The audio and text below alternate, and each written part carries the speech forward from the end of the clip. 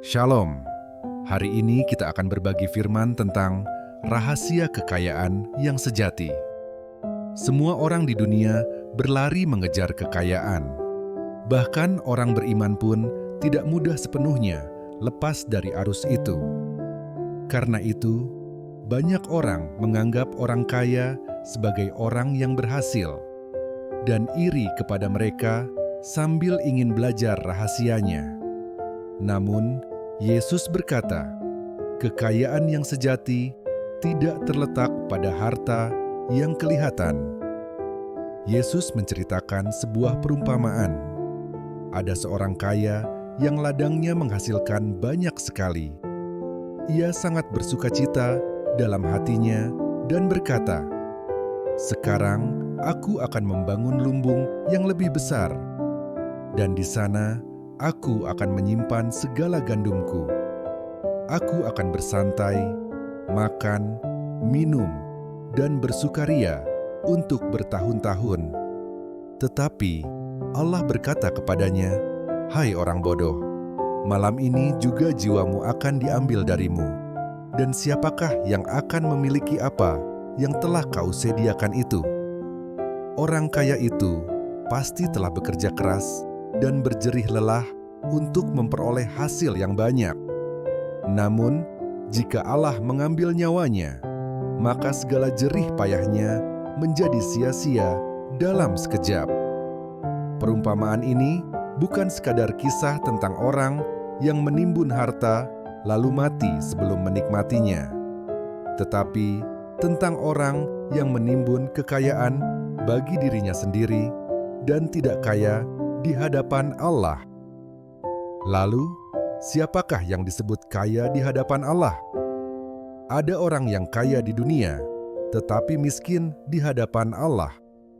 Sebaliknya, ada orang yang tampak miskin di dunia, tetapi di mata Allah, ia adalah orang yang kaya. Dalam Matius 6 ayat 19, Tuhan Yesus berkata, "Janganlah kamu mengumpulkan harta di bumi, karena di sana ngengat dan karat merusakkannya, dan pencuri membongkar serta mencurinya. Tetapi kumpulkanlah bagimu harta di surga, karena di sana ngengat dan karat tidak merusakkannya, dan pencuri tidak membongkar serta mencurinya." Lalu, apakah yang dimaksud dengan harta di surga itu? Seperti tertulis dalam Wahyu 22 ayat 12. Allah akan memberi upah kepada setiap orang setimpal dengan perbuatannya. Jadi, orang yang melakukan kehendak Allah dan hidup taat kepada firman-Nya, dialah yang sedang menimbun harta di surga.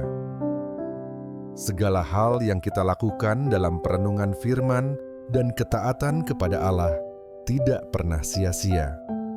Orang dunia mungkin menganggap orang beriman itu bodoh. Mereka berkata, lebih baik bekerja dan menikmati hidup di waktu itu.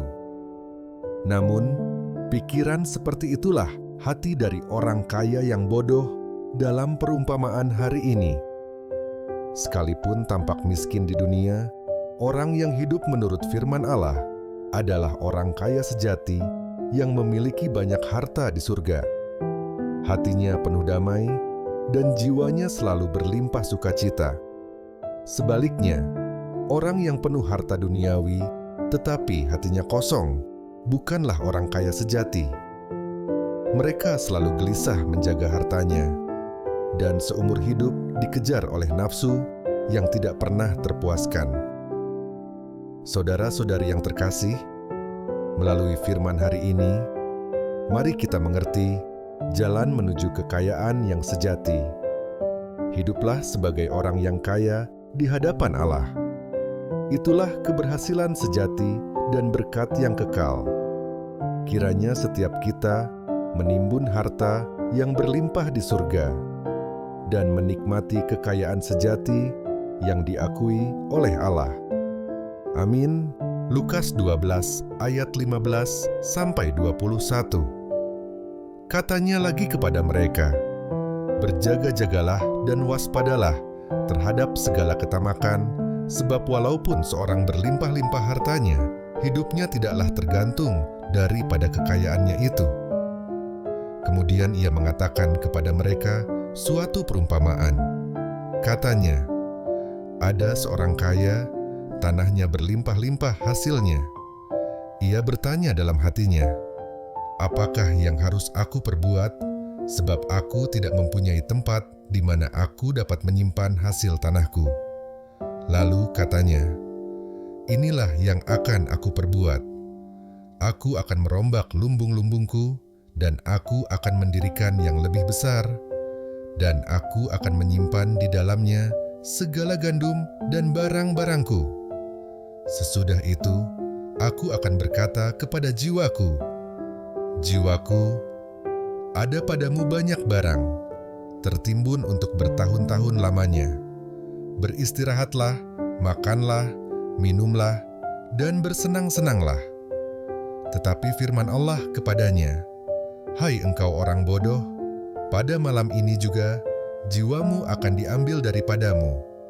Dan apa yang telah kau sediakan, untuk siapakah itu nanti? Demikianlah jadinya dengan orang yang mengumpulkan harta bagi dirinya sendiri, jikalau ia tidak kaya di hadapan Allah.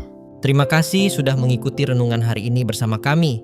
Mohon dukungannya dengan subscribe dan like, karena itu sangat membantu dalam pembuatan video.